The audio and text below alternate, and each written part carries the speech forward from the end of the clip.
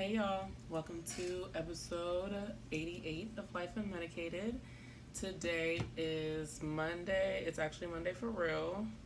February 5th, 2024. And it's a gloomy day here in sunny LA.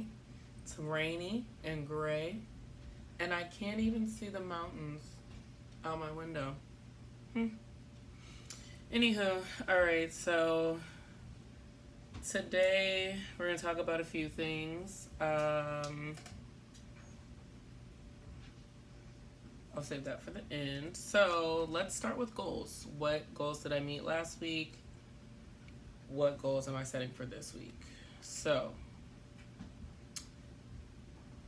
I don't really know, to be honest with you. So low carb, I stuck with low carb for sure. Not quite as low as I wanted it to be. Saturday had a little bit of a hangover, so I had to eat some carbs. That's something I want to talk about too. I'm gonna write that down and circle back.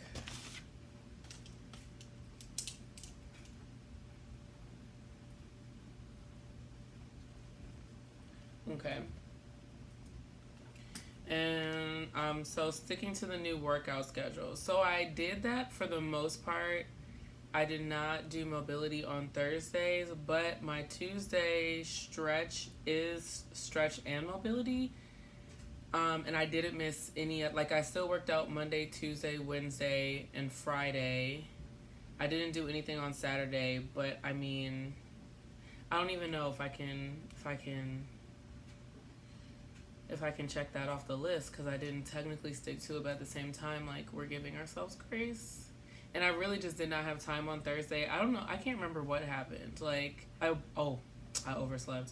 Dang. Okay, well, I guess I can't click it off. Stick to physical schedules. So, for the most part, I did stick to the schedule. Was able to do the things that I, want to do every day, like get 10,000 steps. Well, I did that 5 days. I did not do well this weekend. This weekend was kind of like a, we're just going to write it off. But I'm not going to, like, give myself credit where it's not due. So, but I will click off that one because I stuck to what I could for the most part. Tidy up house, I did that. Get back on track with Bible chapters, I did not do that. Register for my clinical exam. So I did half of that. I paid for it. And I got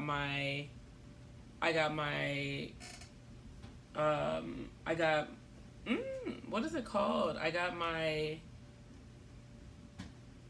Hold on.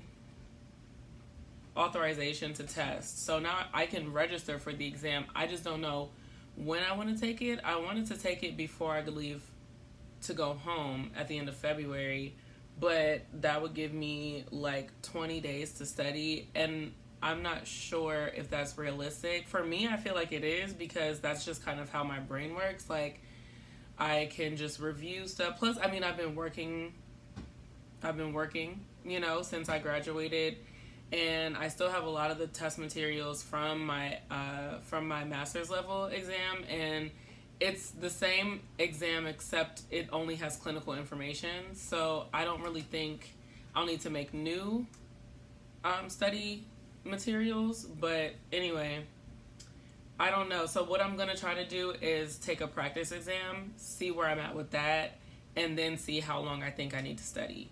So I think I should do like a month. My thing is, like, I'm gone for 2 weeks. Like, I would like to do it before April, but in that time I'm gone for 2 weeks, and then I'm packing to move. So it's just like not the best time for it. I kind of wish that I would have done this sooner, but like, I've just had a lot going on, and I didn't really think, like I told y'all, I don't have no internal clock. Like, my sense of time does not exist. So thinking about, like, getting it done before I leave to go home at the end of February, like, okay, yeah, like, that's plenty of time. But now I'm looking at my calendar and I'm like, that is the opposite of plenty of time.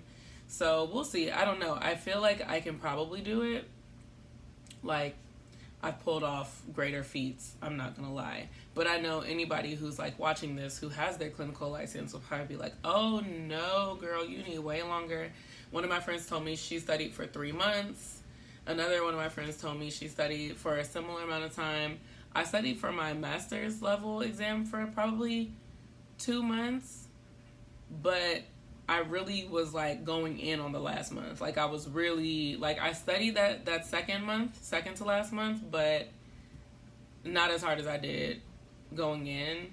But it still was very beneficial to have that time. So I don't know. I'm trying. I don't want to rush it. I would like to have my clinical license before my birthday though. So I'm just trying to figure it out. But I think what I will do is put on this week's goals to take practice exam. That way I can know like where I stand and how much time I even need to study. Because if I don't need to study no whole bunch of time, if I take the practice exam and pass it, I'm just gonna schedule the test for the end of February so I can brush up on whatever I need to brush up on and keep it moving. Or if I don't, even if I pass it but I like don't know and I'm guessing on a lot, like those will be areas where I can study as well. Today's the 5th. So yeah, so I'll take practice. Okay, so we haven't made it through taxes. I'm actually going to do my taxes today. I got my last thingy, whatever this is, I got it for the job I had at the beginning of the year last year, or the part-time job I had at the beginning of the year last year. I got that. Actually, I think it came on Saturday, so I really should have done my taxes on Saturday like I said I would. But the couch had a grip on me. It had me in a choke hold, okay? So taxes, I'll put that on for this week. That means I only successfully completed 1, 2, 3 out of 7. That's pretty bad. That's pretty bad. I'm not gonna feel crappy about it. I'm gonna have the same stuff. So low carb, stick to new workout.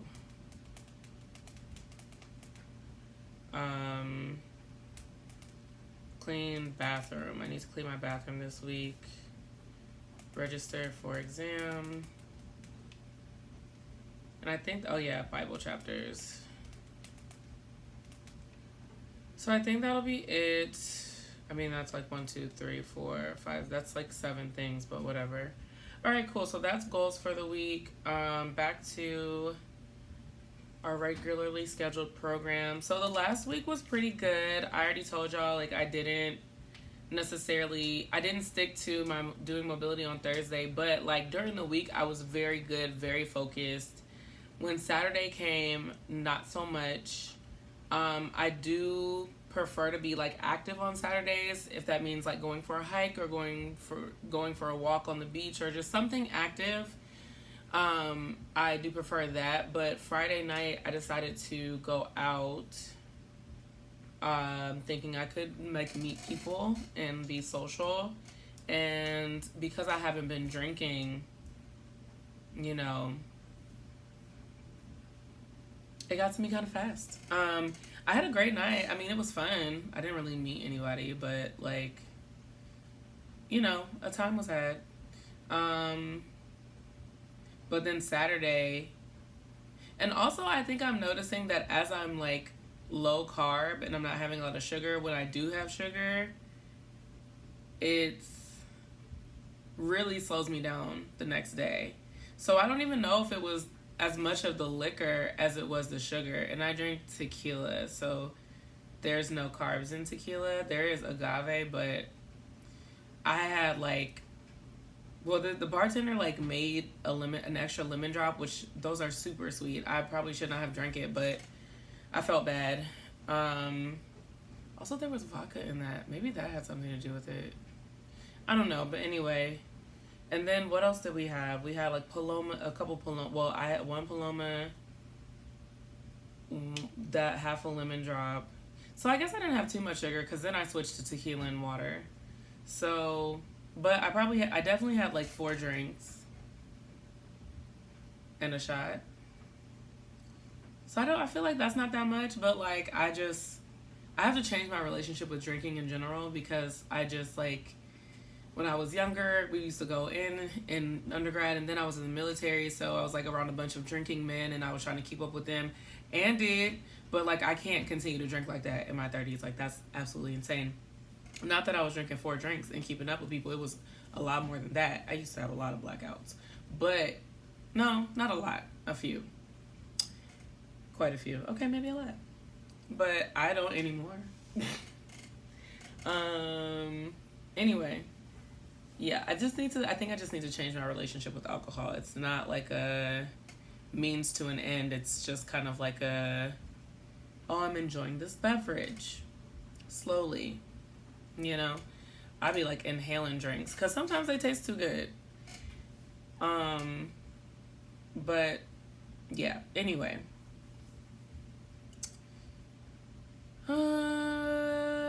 ADHD and relationships. That's one I wanted to talk about. So, I hear this all the time. I feel it all the time. A lot of people with ADHD, we have a hard time with relationships.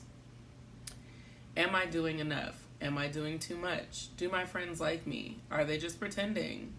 How do I respond to this? If I say this, will they think that? Like, it's just a consistent battle with overthinking. And it's really annoying. It gets annoying at times. And sometimes I just want to, like, not care as much. And it bothers me because I just don't know. So I think that's why I don't even really like to make new friends, because then I have to, like, get to know people all over again. But I don't want that to keep me from finding meaningful relationships, you know? So, like, how do you get over that, right? Like, I think that what I what I think and what I'm trying to do is just treat them like cognitive distortions, because that's really what they are. Like, I have no basis for the claims that the claims that I've made against myself. Like, oh, they don't like me because they're not doing this, or they don't care as much about the friendship because this or that or the third. Like, those are cognitive distortions. So I think about I think about that when I'm trying to, like, combat those thoughts. And it's like, okay, so how do you do that? Grounding myself in facts. Okay, how do I know that? Like, why am I thinking that? What's the catalyst behind that thought? And, like, am I filling in blanks? Am I reading between the lines? Am I assuming things? Like, what's going on here, and what are the facts? What are the cold, hard facts? Like, in a court of law, what's going to ride, you know? So that's kind of where I'm at with it. And then just trying to, like, understand that even if the answer or the result of whatever is going on is not favorable, I'm not going to die. And if these people are my friends, if they take it the wrong way, or if they take it in a way that I didn't mean it, I should just be able to apologize, clarify, and we should just be able to move on. And if that doesn't necessarily happen, then maybe that person is, like, not somebody who's supposed to be in my life, right? I mean, I'm not saying that I would just drop them, but, like, if something is happening and, like, it's not that serious and they take it there, then, like, what does that say about the relationship? You know what I mean? So, like, the people I have in my life, I try to cultivate and facilitate relationships that are, like, open and honest and genuine. So in my mind, I shouldn't even have to deal with, like, somebody overreacting or thinking that I meant something that I didn't mean, because that's not the kind of relationships that I try to foster. But at the same time, nobody's perfect. And even in the cultivation of relationships, people can be imperfect, and I'm not the greatest at communication. Although I try to be good and better than I have been, I'm not the best, and nobody is. So, you know, there's just always room for error, you know? So then there's always room for growth. But basically what I try to do, I should put my phone on the charger. Basically what I try to do is just think about them as cognitive distortions and then try to, like, combat them, you know? Which is, like I said, like, rooting things in facts.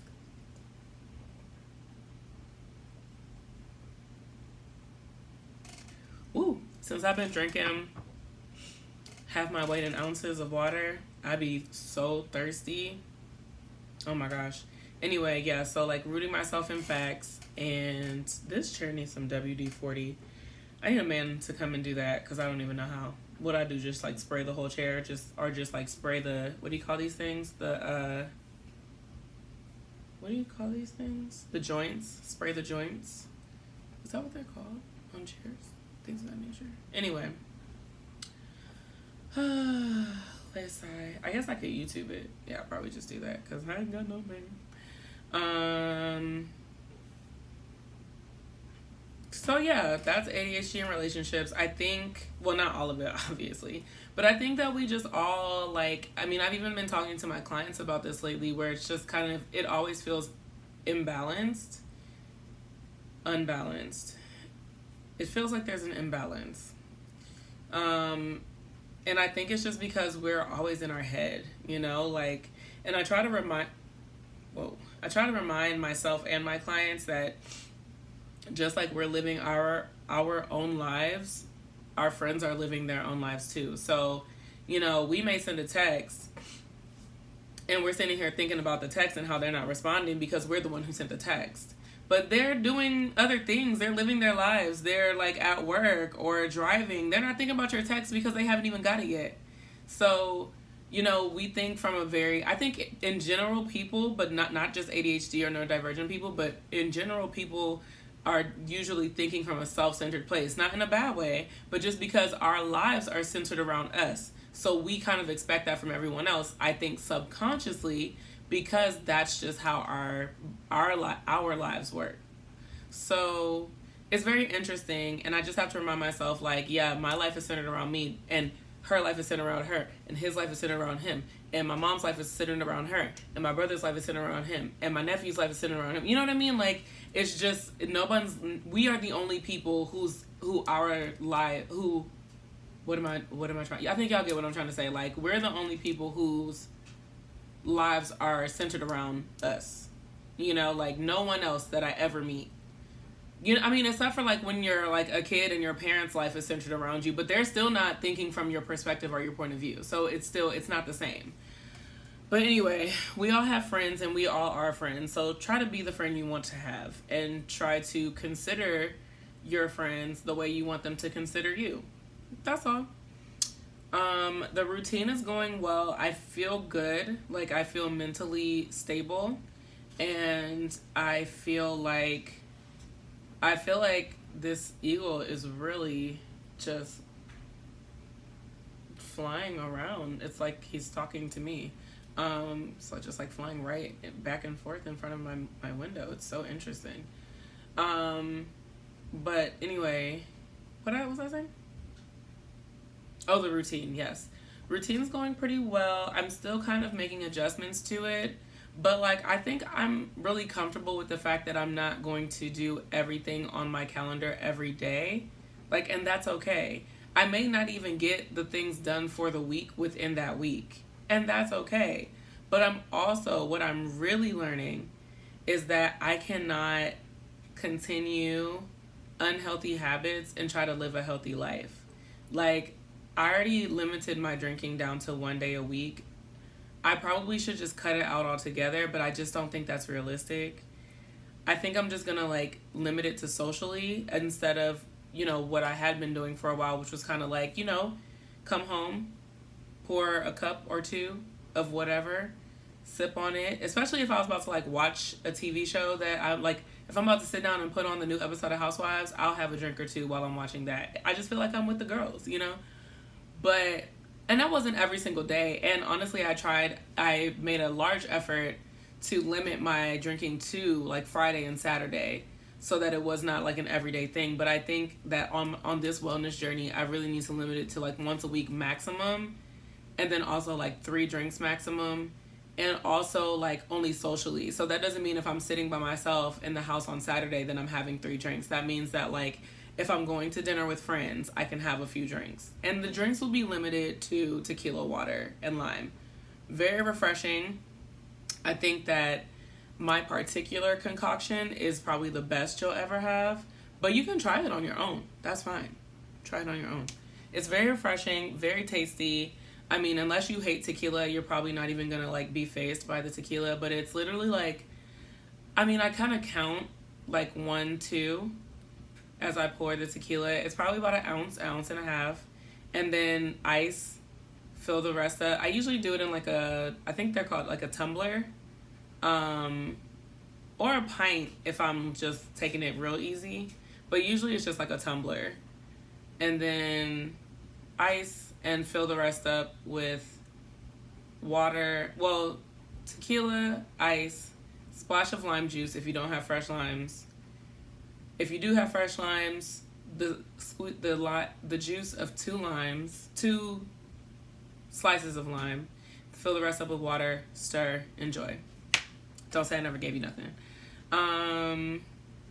But yeah, the routine is going well. But like I said, you know, I'm just kind of learning what I can and cannot do. Last night, I didn't drink yesterday,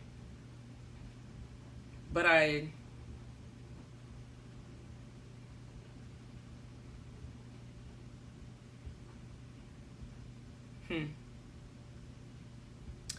yeah, I'm not gonna say that online, but I did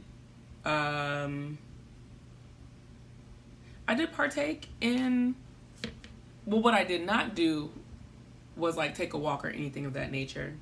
And I partook in something that effects lasted until this morning.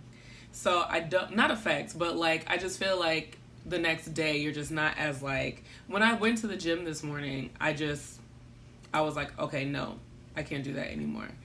And it's hard because like I only really do it like, and it's nothing crazy. I just don't want to be online like talking about certain things. I just feel like, yeah, just that's a lot. You can just like use your mind to like to pick up the pieces, but I'm not gonna be like online saying it out of my mouth. That's just stupid.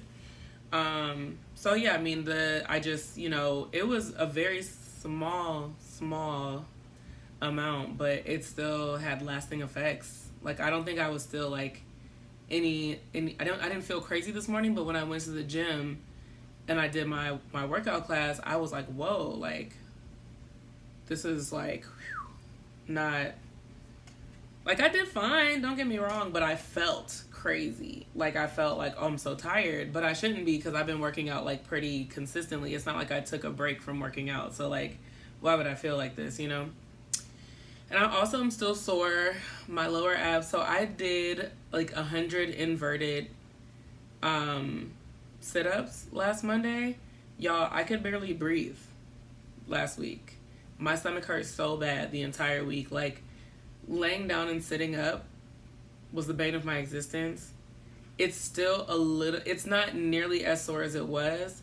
But now, like, I tried to do a plank today, and I couldn't do it because it hurt so bad. It hurt so bad I thought I tore a muscle, but I was talking to my instructor, and she said it's probably just sore, and that those are really intense, and that I really can do, like, 3 reps of 8 3 times a week and be good. So I was like, okay, well, I guess I just went a little too hard. Very on brand. And it hurts, like, I guess there's a muscle near your pelvic area, so like it's like sore to the touch, which is weird. 'Cause I thought I got like kicked in the crotch. Like I'm like, okay, I didn't black out this weekend. Like I remember everything that happened. Like it just felt so weird. Like, and there's nothing going on down there, so I have no idea why it would feel that way. But she said that the muscles are very close together, so I guess, you know, me not having used those muscles, they were kind of just like, which ones are we using, girl? So now they both hurt. Awesome. It's okay, though.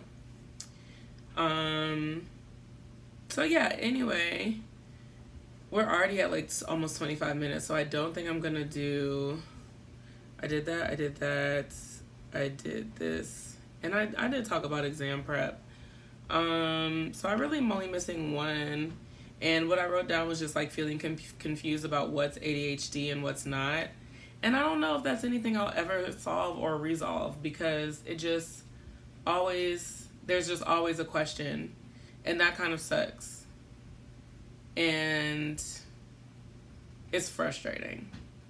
But I'm not really going to get into it right now because I feel like I'll just start talking. And yeah.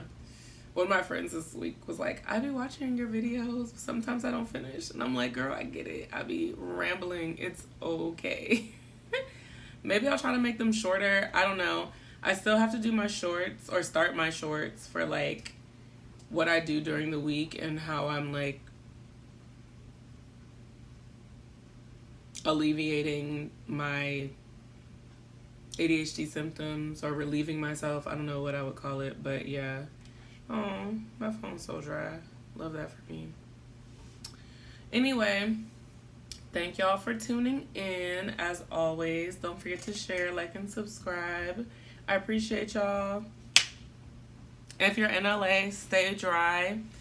And if you hydroplane, don't slam on the brakes. Just keep control of the wheel, and it's going to be okay. Don't panic. That's the worst thing you could do. Bye.